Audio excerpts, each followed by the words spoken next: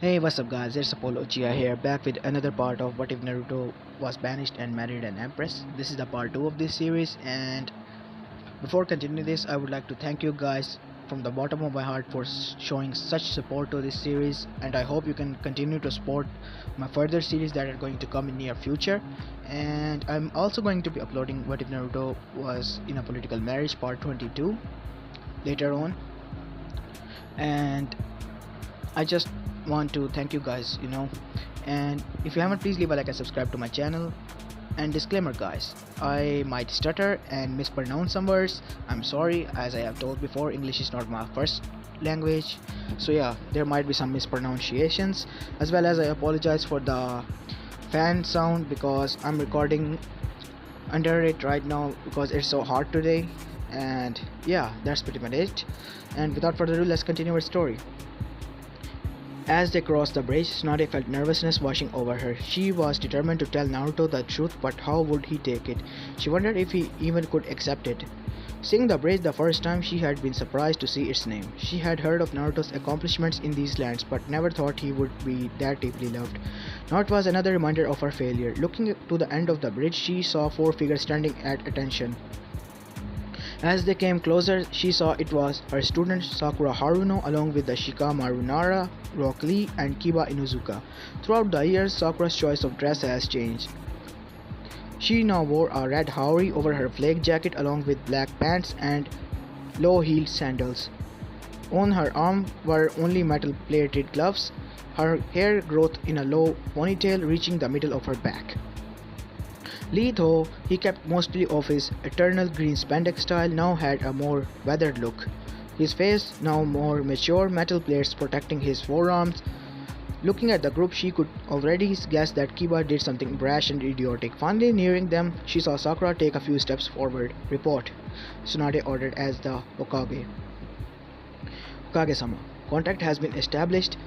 As expected, clan head Yugayashi is present along with Chunin Hyuga Hanabi and is currently being housed by Namikaze Naruto. Hokage-sama, I must report that Chunin Inuzuka Kiba showed great hostility to the negotiator. Be more precise." He punched Naruto before any words could be exchanged. The glare Tsunade sent to the Inuzuka would have been enough to melt any lesser man, but Kiba had learned to resist long ago and only answered with a snarl. "That is not all, Hokage-sama." "What now?" He informed Naruto of the Iruka-sensei statues and the Ichiraku family situation, blaming it on him. The moment Sakura finished talking, everyone fell to their knees, trembling in fear. Tsunade was swarming the area with killing intent. The glares she sent to the Kiba would have been enough to kill many weathered ninjas, and the young Inuzuka would have died had he not faced already the legendary wrath of Senju Princess. But that didn't stop him from crawling in fear. A year after Naruto's banishment, fear had dissipated, leaving hatred in its wake. On the first anniversary of the marketplace slaughter, a mob of grief-stricken villagers formed and attacked the Ichiraku ramen stand. Ruka being the only one to defend them, the three had been trapped inside the building as it was set ablaze by a powerful fire jutsu. The shop collapsed before anything could be done. The jutsu was so powerful that they were burned to bones. Not even their teeth were recovered. From the melted remains of the buildings, another cause of guilt for Tsunade, once she had tried to spare Naruto. Tsunade was about to march on Kiba intent on ending the man's life when she heard a strained voice from behind. "Granny, don't." Looking up, she was shocked to see Naruto. He was wearing the same clothes as the last time she came, but there were bags under his haunted eyes. Seeing him like that, Tsunade felt what remained of her heart break. The boy went through so much pain, and yet there were still some to inflict more suffering on him. And those worst was that Naruto would probably end up defending them. Naruto smiled weakly, a feeble attempt at hiding his pain, before bowing his head. "If you would follow me, we have prepared houses for you to stay in." In a deathly silence, the Konoha delegation followed the fallen ninja. Those that still had doubts lost him, for only a man could look as crushed when faced with the death of the loved ones.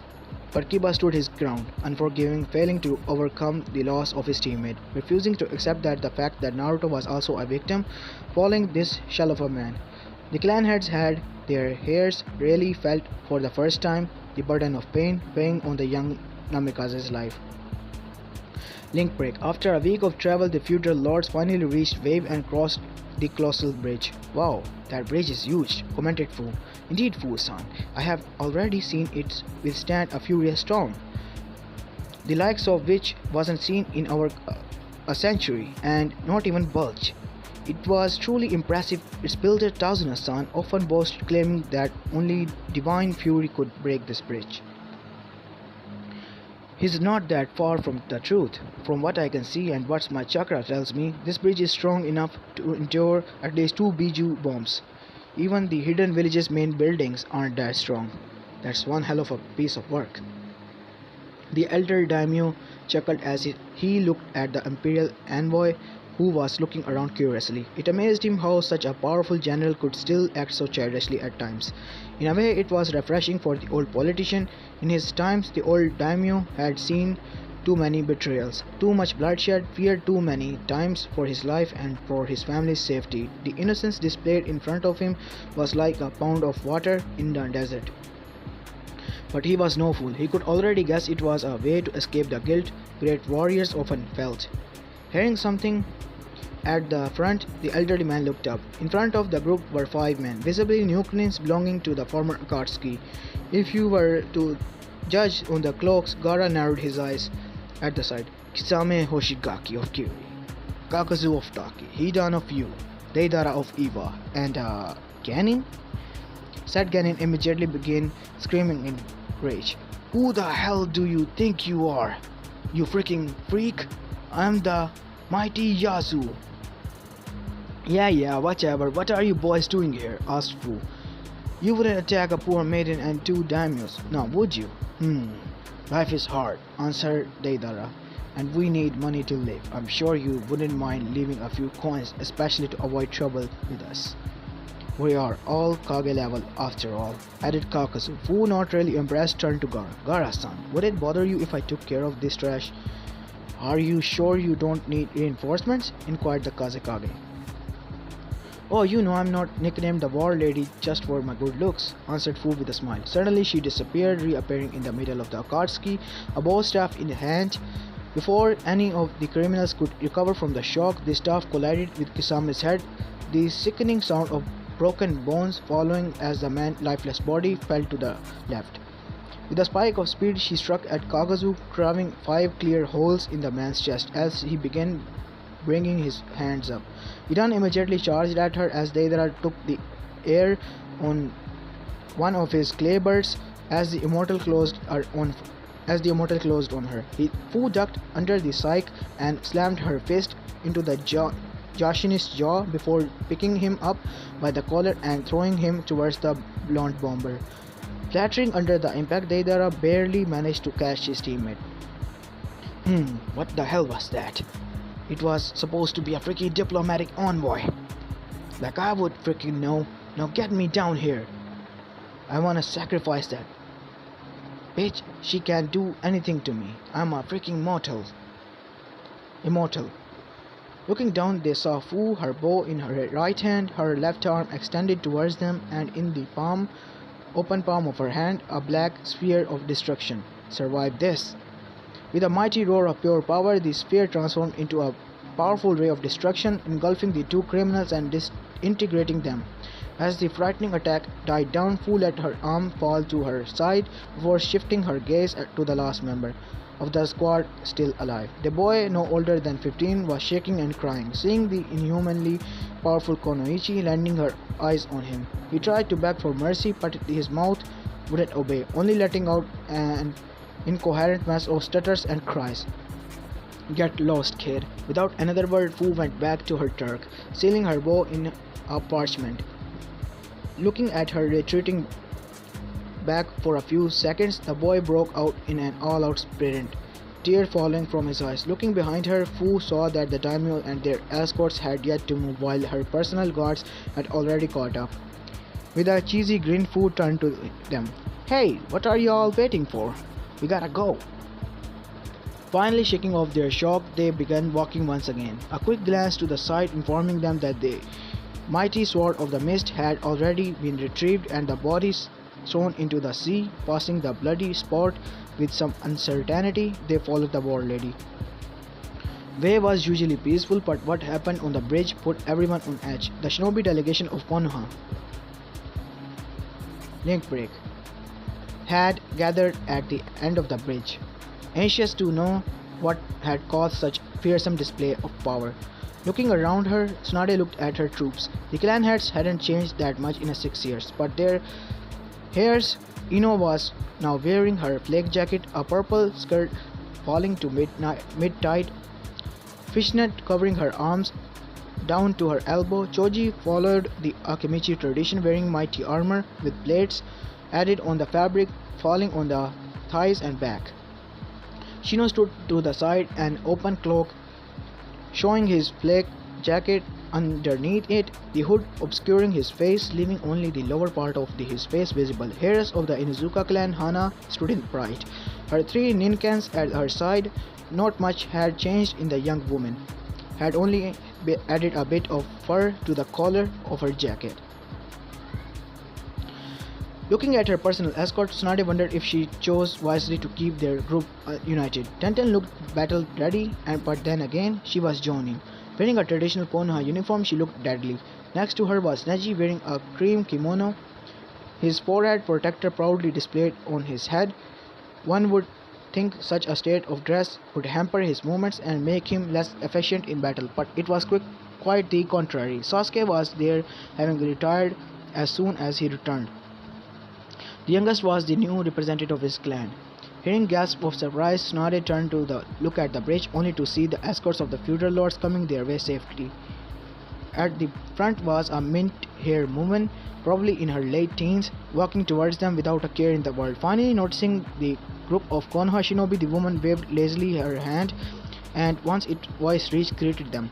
"Hiya, you're the Konoha group, right? I'm the imperial missionary," happily chipped Fu. When she got no reply, she shot the group a questionable glance, tilting her head to the side. "You are right? You all look like you saw some kind of a ghost." Tsunade took upon herself to answer. "We are all right. Thank you for your concern. We, however, are worried about the explosion. That happened not too long ago. Would you happen to know what happened?" "Oh, that. Don't worry, big booby lady. That was just my biju bomb," said Fu, waving her and dismissingly shocking the whole Konoha delegation with the nickname she gave Tsunade. Kiba snarled when he understood she was a container before muttering under his breath, "Fucking demon whore." In a breath, the bridge was flooded with hatred and fury as Biju jumped high in the air, bringing her staff. Fu jumped high in the air, bringing her staff down towards Kiba's head. Before the metallic end of the staff could shatter his head of the Inuzuka, another staff blocked it. The sound of the impact almost defeatingly landed. Fu glared viciously at the newcomer, snarling in anger. "Stand aside if you want to live." "That I cannot do. I understand you must have suffered in your former village, but I cannot allow you to shed blood on this land. This island is a symbol of peace. I will not let blood transition." Looking more at the man that blocked her, Fu blushed slightly. He was tall, with sun-kissed hair and deep blue eyes, 3 whisker marks on each cheek, and an expression calm etched on his face. Though she could see he went through great pain recently. Breaking her staff back, Fu cooled her features. "Very well. Out of respect for a fellow container, I will not kill this man." Turning her gaze to Tsunade, Fu's face hardened once again. "But you'd be wise to keep this fool in check. I am not the most patient woman, and neither is the Empress." Moved by anger at being so harshly deemed, Kiba failed to listen to this. "Ha! And who do you think you are? Just some fucking no-name." Before he could end the insult, Kiba was erupted by a crashing wave of chakra, leaving almost all of the bridge struggling to keep their footing.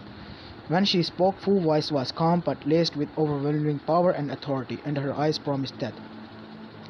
"I am Fu Takimushi, container of the Shichibi, first general of the Empire, the war lady of the West, Empress consort, destroyer of 1,000 armies. You would do well to remember that." Letting the pressure fall, Fu turned to Naruto with a pleasant smile. Now, Namikaze-san, why don't you give me a tour? I'm a bit of curious on this land. Nodding, Naruto began to lead the imperial envoy through the crowd. Once they were far enough, Tsunade sent a vicious glare to Kiba. You fool, you really have no talent. And you fool, you really have a talent to insult those you shouldn't. Hey, how could I know the Empress was a fucking demon? Before Tsunade could express her rage with her fist, a blade appeared against Kiba's throat. One of Fu's guard were the ones who did that, who had yet to leave, was threatening him with her blade. Use that tongue of yours to insult the Empress or the Fu-sama one more time and you will lose it. Without another word, the guards left. It was at this moment that Gaara, who had just joined the group with the daimyo escorts, decided to talk. Hokage-dono, you would do well to keep this chunin in check. Before we arrived, Fu-san executed 4 S-rank missing nins in less than a minute. She is not to be taken lightly. Now if you will excuse us, we must settle down. Tsunade let out a heavy sigh. It's going to be a very long week, she thought.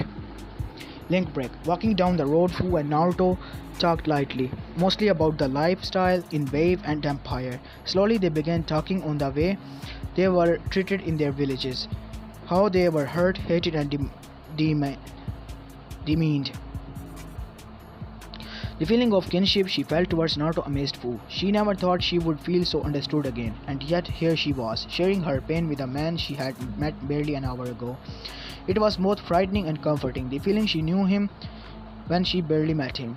A moment of silence came as they walked along the shorelines, enjoying each other's presence. What is eating at you? Softly asked Fu. I recently learned that someone that cared for me in Konoha are dead, slaughtered a year after I left. Naruto was looking down. The pain was overwhelming. Fu's hand on his shoulder made him look up and see her kind smile of sympathy. Knowing he had someone to share his pain, he felt better. That's not all, is it? Yes. Soon after I was banished, a girl stood up for me. Was also banished. From what I gathered, she was branded with 2 potentially deadly seals.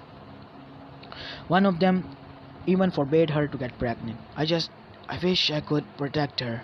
When I think back about it, she was always there for me in the academy, leaving her notes at my doors to help me. That kind of things. I even think she was one of the few to leave me a birthday gift when no one else would. Fu smiled gently, and she knew who he was talking about with her, but she had to be sure. And what was her name? Hyuga Hinata. Fu, you know the Empress, right? Well, her father and I talked recently, and she might be in the Empire. Please, help me. I just want to find her, to help her. There's more, isn't it? Yeah, she was the first to believe in me. She had feelings for me. If she still have them, then I want to see if it works out. Fu asked. Yeah, I see what I can do, okay? Naruto smiled, his first true smile in weeks, genuinely happy that his hopes may not have been in vain. They walked a bit more in silence, enjoying the calm of the sea and the warm feeling of belonging in their hearts. As they walked, they came upon a strange sight. Inuzuka, Kiba and Yamanaka talking quietly, animatedly. Coming closer, they realized they were so engrossed in their talking they hadn't noticed them. I mean, what the hell with you beating up Naruto? Even when I was freaking out about Kyuubi, I never blamed what happened to Hinata on him. Just leave me fucking alone. Hell no. I'm in charge of your mental health and comfort. So you rather be a good boy, dog boy. Fuck. I just can't stand it. He just goes on like nothing happened, like he doesn't give a damn about Hinata or Riko sensei. That just makes me want to punch him. Have you even seen him? I've been here for a week and I've already seen him cry at night 3 times. 3. Hanabi told me he had investigated nearly every lead on Hinata. They had, and even a few they hadn't. He even put the 3 freaking villages on her trail. As for Iruka sensei, he didn't know until you dumped it on him. Then Then if his life is so goddamn hard, why doesn't he end it all? Why doesn't he just kill himself? It was at this point that Naruto decided to interfere, making his presence known. Because Kiba, I cannot. Peace is like the bridge you cross coming here. It must be built to protect the generation to come. I go on not to satisfy my pride, but to avoid meaningless deaths. In the future, to make sure no child will lose their parents in a war that could have been so easily avoided. Once peace is settled, if I fail to find Hinata, then I don't know. Maybe. With a heavy sigh, Naruto resumed his walk, Fu at his side, leaving the two Konoha ninjas shocked. Looking at his retreating back, Kiba felt remorse and shame beating at his heart. I was wrong. Think he'll ever forgive me? I don't know. Try, maybe he will. Farther down the beach, Fu and Naruto came to a stop. With a heavy sigh, the blonde said, Fu, I'm not even sure I'll find her. I don't even know why I'm looking and keeping hope. Because hope is a part of human nature, it is one of the frailest things, yet it is also almost impossible to completely kill. It does not embarrass itself with rationality, and neither does the hand of luck. She probably alive somewhere waiting for you. I know it. Naruto smiled gratefully, his spirits at least a little bit lifted. Fu smiled back, speaking softly. Hey, you know what? I'll write directly to my girl. She'll help, okay? Yeah, thank you. Fu unsealed a pen and a scroll and quickly wrote down her letter before summoning a little dragon small enough to coil around her arm. The little reptile, seeing her, immediately began to speaking joyfully. Fu-chan, what do you want? What do you want? I can help. Do you have candies? Where are we? Who's he? It's nice. Are these candies? Where? Hey now, calm down, Kakeru-kun. You're being rude. Playfully scolding Fu. The little dragon seemed sheepish. Hey, sorry, Fu. So, who's the guy? A friend, he's like me. Oh, really? Say mister, which one do you have? Is it the ox squid thingy? No, I know. It's the psycho raccoon. No, the stuck-up ape. None of them. I'm stuck with the fox. The fox? But he is the meanest. Kakeru-kun, I called you for a reason, you know. Oh, sorry, Fu-chan. So what can I do? Alright, give this to Hime, will you? Yes, sir. As it closed its paw on the parchment, the little dragon flew away in a flash, disappearing from sight at an incredible speed. Funny little guy. He reminds me of one of the toads I used to summon. I miss them. Hey, no need to get so gloomy. Maybe I can help. Why can't you use ninjutsu anymore? A seal maybe? Yeah, one that was imprinted in my own blood.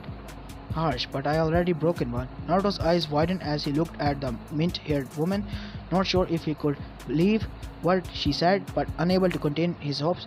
You did? Yeah, but it's pretty painful, and you might need some time before you can actually use ninjutsu again. Breathing deeply, Naruto considered his options, thinking things over. He came to a conclusion fairly quickly.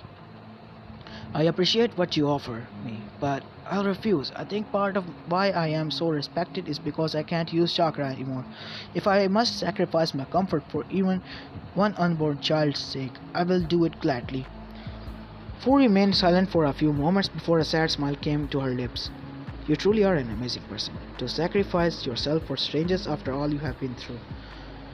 You're more than anyone else have ever right to be selfish, yet you are not. I don't understand and probably never will. I can only admire your determination and selflessness. The two spent the rest of the afternoon talking, getting to know each other a bit more. The more they talked, the more they felt a strange sense of belonging. When the sun began to set, they watched it in silence. Link break. Miles away, in a barely lit office, a woman was reading the message of her beloved, smiling fondly, then frowning lightly before her expression settled on longing with a silver of sadness. Sighing to herself, she began to read the letter again. Hey, Hime-chan. Hot blonde located. He's in wave. Not exactly the knuckle-headed you told me about. He morphed into some kind of epic wise guy with people from all over around coming for advice for. I spent some time talking to him. He had it harsh. He's blaming himself for your disappearance and that is Shiraku's problem. By the way, Doggy Boy lost any bit of brain, if he even had any to begin with. He was blaming everything on Naruto and called me a demon whore. Naruto saved his ass. He said he doesn't want blood on his island. Mud might be forgivable, though he looked like he was repentant last time I saw him, which was not too long ago before I wrote you. You might also want to know that your family is looking for you. They say it's to take the seals off. I don't know if you should believe them. You'll have to judge yourself. You've always been better at reading people. Going back to Naruto, he's depressed. I'm doing my best to cheer him up, but he's still down. Come here as soon as you can. I'm going to need you on this one. You know, it's strange. I barely met him and yet I feel like I know him so well. And I already feel like I belong with him. Just like you with Just like with you, I think you'll fall in love with him all over again when you come. He's already sweet and such a gentleman. He's the kind of man that can help me with it. I can't wait to see you again with my love. I'm waiting to embrace you again. Fu. Putting the letter down, Hinata looked at her work, quickly calculating how much time it would take her and coming to the conclusion that she would be done in the 5 days at the most. Calling in her personal guards, she looked at the two. The couple worked perfectly together and never let her down. Smiling at her long-time friends, she spoke softly. We will be going to Waves in 4 to 5 days to meet an old friend. The boy smiled. They both smiled, knowing fully who she was talking to. Very well, we will prepare. Link break. 3 days came and left. Each moment spent outside of the negotiations, the two Jinchuriki were together, growing always closer. Naruto kept berating himself. He felt like he was letting Hinata down, and he couldn't stop himself from falling in love. Thankfully, the Konoha delegation gave him some room, so they were there to add their accusations to his own. Accusations that were plunging his mind as he looked in Fu's beautiful orange eyes, slowly gliding forward when their lips touched. He felt a torrent of sensation coursing through his body, kissing her. He felt like jolts of electricity coursed through his nerves, sending shivers of pleasure down his spine. His mind was in a turmoil as contradicting feelings washing over him: love, elation, relief, but also guilt, anger, and pain. He couldn't get out of his mind the fact that Fu was married to the Empress and that Hinata counted on him. He felt guilt and shame thinking of them, but no matter how much he tried, he couldn't pull away from the soft and enticing lips of the mint-haired woman.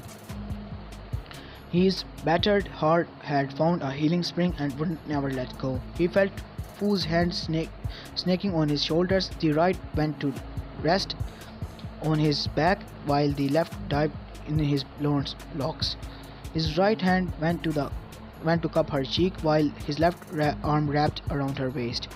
Pulling her closely to him, slowly they lowered themselves to the sand beneath them, only breaking their kiss to breathe, unlocking their lips together as soon as it was done.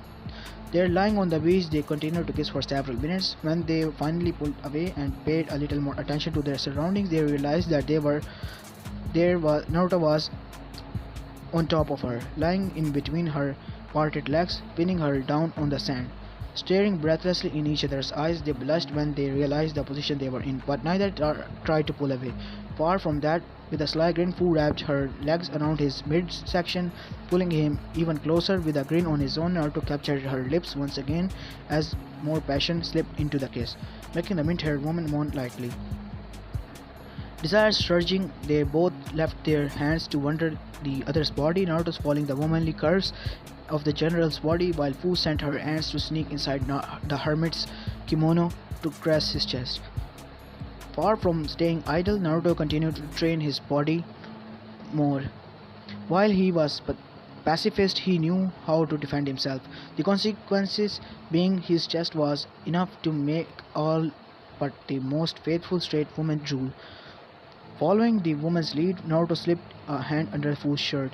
The fact that she left her armor piece in the hotel room makes it a lot easier. Feeling his hand on her skin, Fu shuddered in pleasure. They decided to take the lead. She flipped them over, now standing above Naruto, straddling his wrist. With a smile and a quick peck on the lips, Fu righted herself, leading the blonde's hands to her hips. Smiling coyly at him, she began undressing, quickly getting rid of her howry before slowly sensually pulling her shirt over her head, all the while slowly moving her hips against Naruto growling arousal. Revealing her breast, winding and perfect body sitting up, Naruto placed a hand on her rear, caressing it lovingly while his other hand went to her back, bringing her closer. Placing his head on her breast, he began to kiss them lovingly, though the bindings revealed in her moan of appreciation as her hands caressed his golden locks, encouraging him further. Fu breathed the Lord's name, causing him to look up at her face. Seeing her nod gently, he smiled lovingly before his hands went to undo her bindings.